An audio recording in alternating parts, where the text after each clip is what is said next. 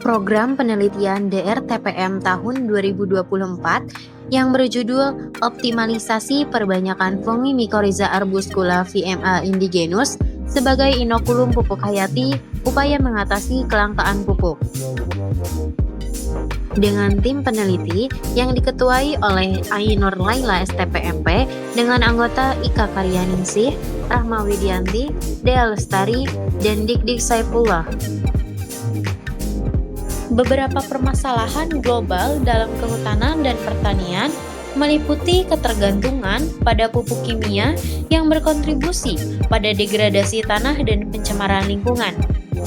Di Indonesia, anggaran negara hanya mencakup 40% kebutuhan pupuk bersubsidi dengan kinerja distribusi yang bervariasi antara 30-96% di setiap provinsi.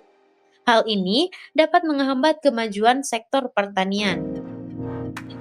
Namun, ada solusi inovatif yang mampu membawa perubahan besar, yaitu fungi mycorrhiza arbuscula atau VMA. Bukan hanya sekadar bahan pembenah tanah, VMA mampu berperan ganda sebagai pupuk hayati, pupuk organik, serta pengendali hama dan penyakit. Dengan peran agronomisnya yang vital, VMA bisa dianggap sebagai katalisator keberhasilan pertanian organik. Sementara, secara ekologis, kehadiran VMA membuktikan pentingnya jasa ekosistem dalam menjaga keseimbangan alam. Penelitian ini bertujuan untuk mengetahui keanekaragaman dan kepadatan VMA indigenus pada 3 tipe tutupan lahan hutan tropis yang terganggu, serta perbanyakan spora menggunakan metode kultur petri dish dengan tanaman inang yang berbeda. Perbanyakan VMA sebagai inokulum pupuk hayati dapat menjadi alternatif mengatasi kelangkaan pupuk.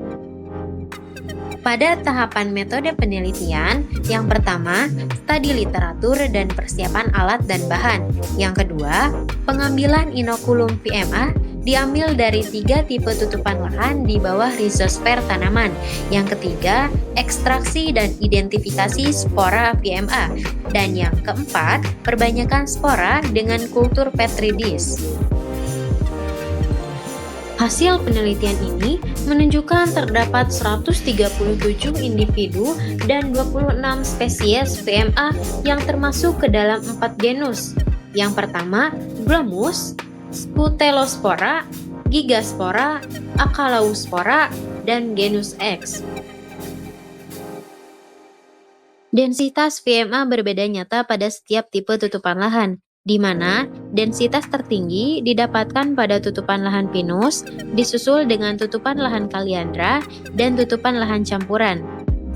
Keanekaragaman VMA tertinggi terdapat pada tutupan lahan pinus sebesar 2,92, tutupan lahan kaliandra sebesar 2,64, dan tutupan lahan campuran 1,44.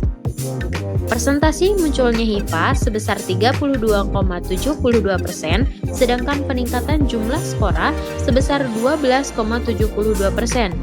HIPA muncul rata-rata pada 64 hari setelah inokulasi spora.